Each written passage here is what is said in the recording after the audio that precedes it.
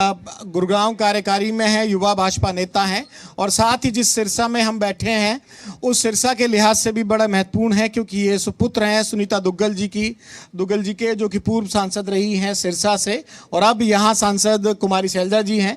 उनसे भी हमने प्रयास किया था, किसी निजी कारणों की वजह से वो यहाँ नहीं हो पाई और इसलिए एक बार बुलाना आप लोगों को भी ज़रूरी हो गया।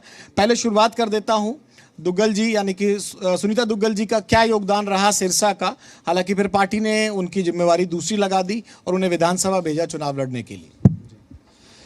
सबसे पहले तो जी बहुत बहुत धन्यवाद करूंगा आपका विनोद जी कि आपने इतनी अच्छी हॉस्पिटैलिटी यहाँ पे दी और मुझे मौका मिला यहाँ पर आपके बीच यहाँ पे आने का और कॉन्क्लेव में आपने इतना अच्छे बुलाया। यहाँ पे इतने बड़े बड़े दिग्गज आए हुए हैं, उनके साथ मतलब बैठ के उनकी विचार सुन के अपने आप में जितने भी हमारे जो साथी हैं उनके भी दिमाग ओपन होते हैं भाई किस तरीके से आगे की फ्यूचर पॉलिटिक्स सिरसा की वो देखते हैं।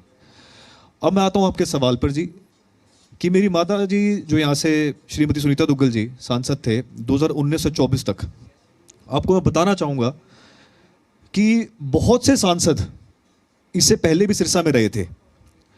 सुनीता दुग्गल जी में ऐसा क्या अलग था?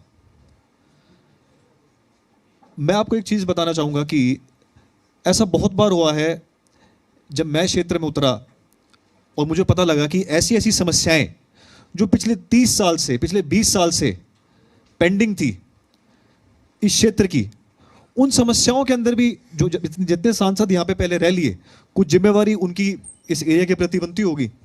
मैं आपको कुछ एग्जाम्पल्स देना चाहूँगा। फॉर एग्जाम्पल एक 30 साल पुरानी डिमांड थी, दो गाँव हैं सिरसा लोकसभा क्षेत्र के अंदर, खई और कलोठा, उसके बीच पुल बनाने की डिमांड थी 30 साल पुरानी। टोहाना क्षेत्र के अंदर 20 साल पुरानी डिमांड थी कि इंटरसिटी यहाँ से चले। बहुत पुरानी डिमांड थी गोरखधाम एक्सप्रेस जो ट्रेन है उसका स्टॉपेज कराया जाए बट्टू कलां के अंदर, सिरसा के अंदर। बहुत टाइम से डिमांड थी जो हमारे स्टूडेंट्स हैं, मैं खुद युवा हूँ, मैं खुद इंजीनियर हूँ, जो मेरे इंजीनियर्स मेरे बंधु हैं, मेरे भाई हैं, जो नीट की तैयारी करती हैं, हमारी डॉक्टर्स जो बनते हैं आगे मेडिकल प्रोफेशन के, और जो इंजीनियर्स हैं उनकी बहुत पुरजोर डिमांड थी कि कोटा से डायरेक्ट सिरसा से ट्रेन चले क्योंकि उनको बहुत दूर जाना पड़ता था, उसके बाद वहाँ उनका कोटा को उनका एक्सेस मिल पाता था। ये जो 4-5 डिमांड्स आपको मैं बताऊंगा तो यहाँ पे शाम हो जाएगी, जितनी डिमांड्स पिछले 30 साल 20 साल से पेंडिंग थी। एक और बहुत पुरजोर तरीके से डिमांड की गई थी कि नागपुर क्षेत्र है उसको ब्लॉक बनाया जाए, पिछले 20 साल पुरानी डिमांड थी। तो 20 साल 30 साल के अंदर तो यहाँ से 6 सांसद आके चले गए। आपने मुझसे सवाल किया था कि सिरसा की डेवलपमेंट में ऐसा क्या डिफरेंट उन्होंने किया। उन्होंने इन सभी कार्यों को अपने टेन्योर के अंदर 2019 से 2024 के अंदर उन्होंने पूरा करके दिखाया। शाम तो हो जाएगी आपकी लिस्ट की, लेकिन एक छोटा सवाल का जवाब दे दीजिए, इतना सब काम किया तो फिर उनकी टिकट क्यों कट गई? देखिए, जो टिकट वितरण का काम होता है वो पार्टी पॉपुलर थी, उतने सारी डिमांडें पूरी कर दी सुनीता दुग्गल जी ने, तो फिर उनको लोकसभा में क्यों नहीं लड़ाया गया? बाहर से एक नेता को लाया गया, इनका नाम तंवर साहब था, और वो लाए भी इतनी शॉर्ट नोटिस पे गए और लाने के बाद शॉर्ट नोटिस पे चुनाव लड़ा और चुनाव लड़ने के बाद चल दिए वापस 152 डी पकड़ के। देखिए, जो टिकट वितरण का काम होता है, जैसा कि मैं कह रहा था, वो पार्टी हाईकमान का होता है। वो somebody is working so hard, तो दूसरा चांस मिलना चाहिए था ना। नहीं, आपकी बात बिल्कुल वाजिब है कि अनडाउटेडली उन्होंने अपनी पोस्ट के साथ as a member of parliament justice किया था।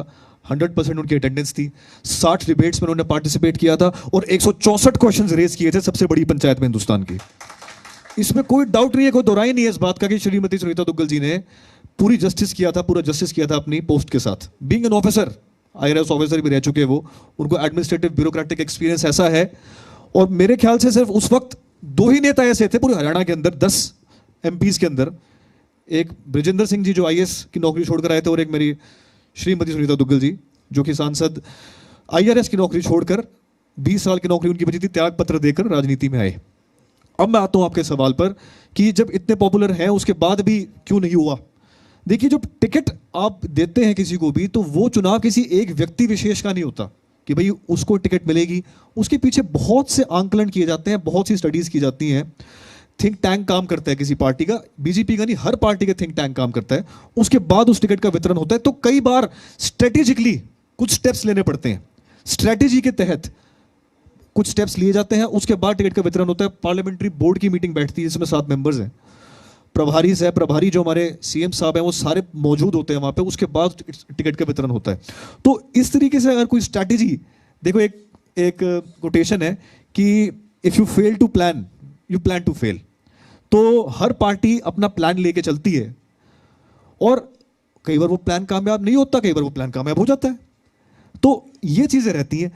एक सवाल, अभी आपका क्या चल रहा है? पढ़ाई लिखाई के आपने जिक्र किया, क्योंकि सिरसा में आए हैं, सिरसा की राजनीति में एक्टिव हैं, या शायद गुड़गांव में भी कोई पद है पार्टी में आपके पास, शायद युवा कार्यकारिणी में, उस तरह से जो पीढ़ी आगे चलती है, सिरसा में ज़्यादा सेवा करना है, क्या आपने फ्यूचर प्लान अपना प्लान किया इस चीज़ को लेकर?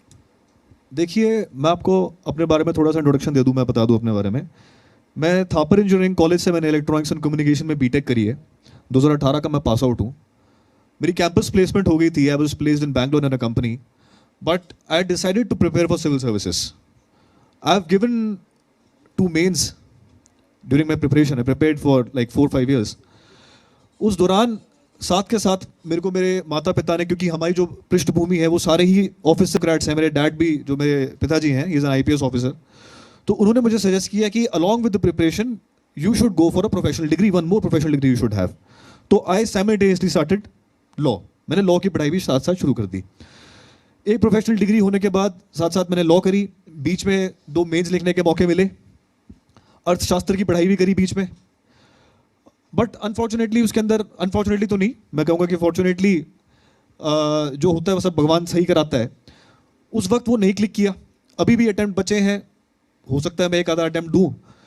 जो एजेंडा रहता है, जो एजेंडा मैंने श्रीमती सांसद श्रीमती सुनीता दुग्गल जी से सीखा कि लाइफ के अंदर कि अगर आपका कोई गोल होना चाहिए तो वो गोल होना चाहिए सोशल सर्विस का। भाई किस तरीके से आप समाज की सेवा कर पाओ, वेदर इट इज ब्यूरोक्रेसी और इट इज पॉलिटिक्स और it is social service through NGO। किसी भी माध्यम से आपको एक्टिवली, जितने भी आपके भाई बंधु हैं उनके लिए, आपको, अगर आप आए उस धरती पे आपने जन्म लिया है तो आप किसी के काम आ पाओ, किसी के लिए आप जरूरतमंद के, आप लास्ट मैन स्टैंडिंग की आप सोच रखो और उसके भी आप काम आ पाओ। इस विजन के साथ आप कोई भी काम करो। आप सिरसा में काम कर रहे हैं पार्टी या फिर अपने घर के, जिस तरह से राजनीतिक पृष्ठभूमि है, सिरसा में आप एक्टिव हैं? ऑफ एंड ऑन, आपका जो सवाल है उसका मैं वही जवाब दूंगा कि ऑफ एंड ऑन जरूर जब भी मौका मिलता है सिरसा में आने का, क्योंकि ये बहुत बड़ी रिस्पॉन्सिबिलिटी हो जाती है। श्रीमती सुनीता दुग्गल जी जो सांसद है, आपको पता है उनकी ड्यूटी ऑल अक्रॉस इंडिया लगती है। तो रिस्पॉन्सिबिलिटीज, परिवारजनों की भी रिस्पॉन्सिबिलिटी हो जाती है कि वो किस तरीके से काम को डिस्ट्रीब्यूट करें। उनकी अपने आप में रिस्पॉन्सिबिलिटी हो जाती है। अभी उनकी प्रेजेंटली बिहार चुनाव में ड्यूटी लगी हुई है। जितने प्रबुद्धजीवी हैं उनके सम्मेलन वो ऑर्गेनाइज करती हैं। उनकी जितनी भी ऑर्गेनाइजेशन पूरे बिहार, उनको अक्रॉस बिहार का उनको हेड बनाया गया है कि आप जितने प्रबुद्धजीवी हैं उनकी मीटिंग्स वहाँ पे लीजिए। तो उन्होंने मेरी रिस्पॉन्सिबिलिटी ये लगाई कि इन केस कोई भी पब्लिक मीटिंग है या फिर कोई भी पब्लिक ग्रीवेंस है तो आप जाके वहाँ पे उनकी सुने और उसके बाद मुझे रिपोर्ट करें कि बताएं कि भाई उसके अंदर क्या हम किया जा सकता है। तो as a being a family member उनका सपोर्टिंग हैंड में हमेशा उनके लिए खड़ा रहता हूँ। बहुत बहुत शुक्रिया। आप एक रिप्रेजेंटेशन आना ज़रूरी था, इसीलिए आपको इनवाइट किया, और आपके भविष्य के लिए बहुत बहुत शुभकामनाएं। और देखते हैं भविष्य में किस तरह की आप सोशल सर्विस, आपने कहा कि मुख्य उद्देश्य है। बहुत बहुत शुभकामनाएं आपको। नफशीन जी, आप हमारे इस मंच पर आए उसके लिए बहुत बहुत शुक्रिया। मैं चाहूँगी हमारे एडिटर सम्मानित करें और इस तरीके से ही बातचीत का सिलसिला आगे भी लगातार जारी रहेगा। ये सम्मानित करेंगे अब हमारे एडिटर विनोद लांबा जी, और इसी तरीके से बातचीत का सिलसिला जारी रहेगा। सभी सवालों का जवाब लिया जाएगा। जो भी जनता के सवाल है इस मंच पर प्रमुखता से पूछे जाएंगे, हर एक सवाल का जवाब लिया जाएगा।